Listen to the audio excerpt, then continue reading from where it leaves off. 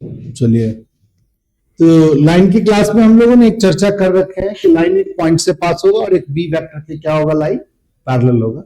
तो लाइन के ऊपर हम लोग एक पी पॉइंट लेते थे और जिस पॉइंट से पास कर रहा है उसके लिए एक पोजीशन वेक्टर बना लेते थे, ए वेक्टर, और एक जो पी पॉइंट उसके लिए पोजीशन वेक्टर हमेशा क्या बनाएंगे, आर वेक्टर। और इससे ज्वाइन करने वाला एक लाइन एपी का हमने इक्वेशन निकाल लिया था, इक्वेशन नहीं कहेंगे इसको, एपी वेक्टर लेके निकाल लिया। तो ओपी में से क्या माइनस कर लिया था, वो कई बार समझा रखे हैं।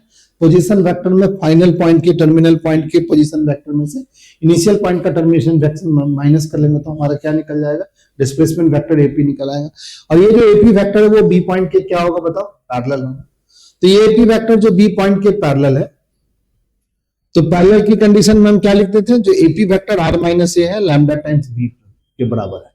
ठीक है, यहां से हम वेक्टर फॉर्म निकाले थे, क्या निकाले थे, आर एक vector equal to A vector plus lambda times क्या हो गया, बी वेक्टर। इसकी चर्चा हो गई थी। ठीक है, अब ये हमारा वेक्टर फॉर्म था, इसको हमने स्केलर फॉर्म बनाया था। आर वेक्टर को हमने एक्स आई वाई जे जेड के लिखे थे, ए वेक्टर को हमने एक्स वन आई वाई वन जे जेड वन के लिखा था, यहाँ जेड वन के होना चाहिए।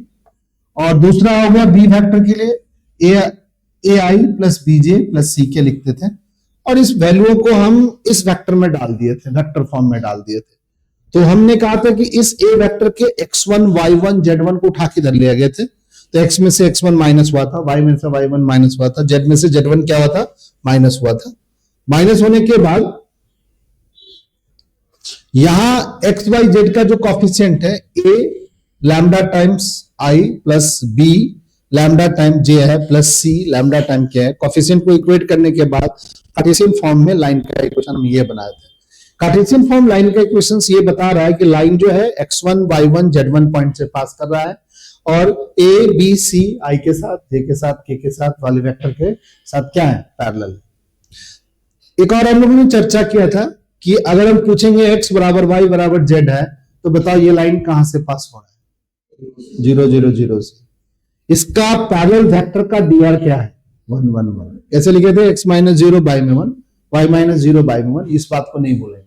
कोई भी लाइन वेक्टर अगर कहीं लिखा हुआ है, जैसे ऐसे लिख दिया x माइनस 4 बाई में 5 प्लस में y प्लस 1 बाई में 3 प्लस में z प्लस 1 बाई में 4, ऐसा कुछ लिख दिया तो हम कहेंगे, हम बता सकते हैं कि हमारी जो लाइन है वो किस पॉइंट से पास कर रही है, 4 माइनस 1 और किस बी वेक्टर के पैरेलल है, 5y plus 3j plus 4k।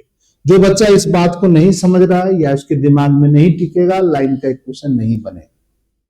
ठीक है, लाइन के बारे में नहीं समझोगे, इसीलिए इसको याद कर लो। आज जाओगे रास्ते में तो याद करके जाना।